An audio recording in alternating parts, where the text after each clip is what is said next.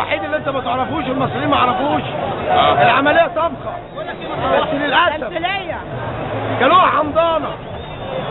هتروح فين انت من واحد القهار؟ هتروح فين؟ اتطبخت ازاي يعني؟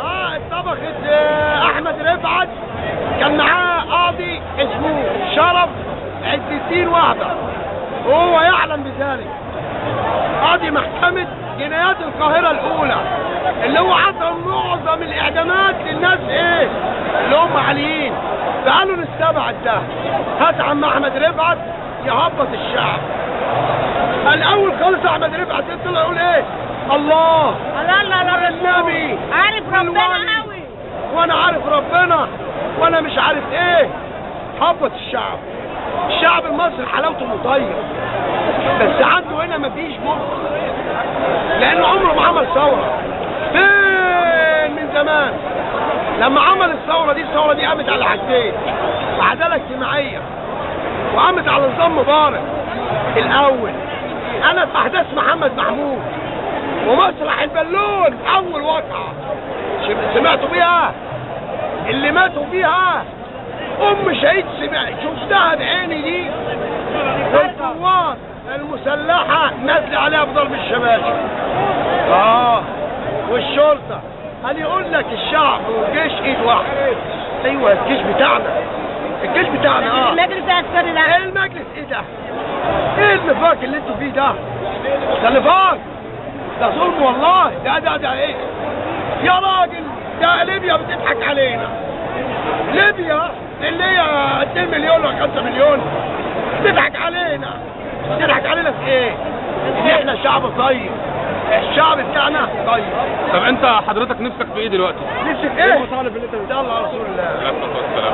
اول حاجه لا اخوان ولا احزاب. شيل القضيه دي. قول لنا واحد بقى شيل القضيه دي من الثانيه. اسقط المجلس العسكري. شيل القضيه دي. لا ما يسقطش المجلس العسكري. المجلس لا، المجلس يجي له واحد بتاعنا ثوره من الثوره من هنا. انت عايز تهدي البلد؟ لا، اعداد للمناقشات. ما تقولش فلان وفلان، كلنا يد واحده كده نتجمع. كل مجموعه انا احلها لك هنا. انا احمد الاصيل احلها لك على مستوى الميدان، احلها لك. اجي من كل مجموعه واخد ثوري. تعالى من كل مجموعه واخد ثوري واحد. هجمع ايه؟ 100 ثوري في الميدان. 100 يا عم، من كام مليون هجمع 100. ال100 دول هيتفقوا على رأي، يبقى كل الناس ايه؟ معاه. يبقى كل الناس معاه، فهمتني؟ تمام. هتطلع. هو لما الرئيس عبد الناصر لما جت قامت الثوره وقال ابدي صفوفي بالجماهير، الشعب قال له ايه؟ لا احنا عايزينك ايه؟ يا ريس هناك نقاط وهنا نقاط. تيجي انت تاكل، انا اكل كشك وجبنه قديمه ويجي لي فشل كلى ويطلع 200 اللي جابني. انت تاكل حمام وفراخ واحنا الفول ده واحنا وده. هو ده كلام يعقل؟ كلام يعقل؟ يلعبوا برأي الشعب مش عليا انا. لا لا لا لا، انا غيرهم خالص. انا دماغ زي غير دول. شوف مصر بس انا منهم.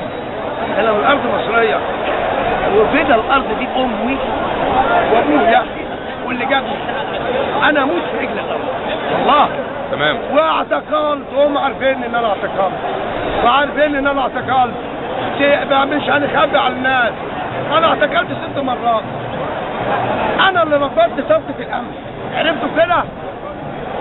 انا احمد الاصيل اللي رفضت صفقه القمح اللي كانت في المتحف. قلت لا، راحوا شايليني. هو اصلا حضرتك بتشتغل ايه؟ انا في المجمع مطاحن بشمال القاهره، واتقلت بالمجمع فصلوني. اتجهت ان انا اشتغل في الفرن. جيت قلت لهم ايه بقى؟ اسلمكم كل يوم 10 مليون شويه دقيق في البلد يستلموا. انا غلطان؟ لا. شوف بقى ايه؟ انت عندك شفت فتشين تومين مصورهم؟ انا هديها لك انا في يوم من الايام. رؤساء حمل التومين يقفشوا. فتش تومين صاحب الفرن واللي امبارح بيديله 100 جنيه قال له انا ببيع لبس. انا ببيع لبس. ففتش تومين بيقول له ايه؟ بيقول لي تعالى يا اصيل، نادى عليا. بقول له ده الراجل ده سوراجي. فلقيت مفتش تومين قال لي ايه؟ يا عمي كل سنه وانت طيب، ده طبخه عاملين عليكم، وهي فعلا طبخه على الشعب المصري، بس احنا جينا الشعب ده ذكي في حاجه. ايه هي؟ الشعب بتاعنا لما اسقط النظام خده، لان كل الناس يوم الثوره كانت ايد واحده، انما دلوقتي احنا اللي مفرقنا التجمع، هنا ناس وهنا ناس. انا بقول لك حل الموضوع ده ب 100 ثوره هنا، الكام مليون هاخد منهم واحد من كل مليون. تمام، رسالة حضرتك وصلت. رسالة حضرتك وصلت. ألف شكر. ألف خير يا جماعة. أنا محمد رجب اللي بصور لكم كل الفيديوهات دي من الشارع، سواء من ميدان التحرير أو من مناطق شعبية أو من ناس في الأتوبيسات. أنا بحب أوي كمان أصور سواقين التاكسي وسواقين الميكروباص. كل الفيديوهات اللي بتحتاج حد يكون موجود ساعة الحدث أو حتى بالصدفة، ويكون جاهز بالكاميرا بتاعته لمدة 24 ساعة في اليوم. أنا ما بنزلش من البيت غير والكاميرا بتاعتي معايا. عشان كده الحمد لله كل الفيديوهات اللي بتقابلني الصدفه وينفع اصورها بصورها. انا كل اللي طالبه منكم حاجه واحده، ان انت لما تتفرج على فيديو ويعجبك تعمل حاجتين، تعمل له شير وتعمل سبسكرايب عندي للشانل بتاعتي على اليوتيوب. السبسكرايب دي سهله قوي، هتلاقيها فوق الشاشه على طول في زرار كده باتون مكتوب عليه سبسكرايب، دوس على سبسكرايب، اعمل لايك، اعمل شير للفيديو، اكتب كلمتين حلوين وانت بتشير الفيديو، ده هيخلي الفيديو اللي انت حبيت تشوفه او حبيته بعد ما اتفرجت عليه ناس كتير غيرك يتفرجوا على الفيديو.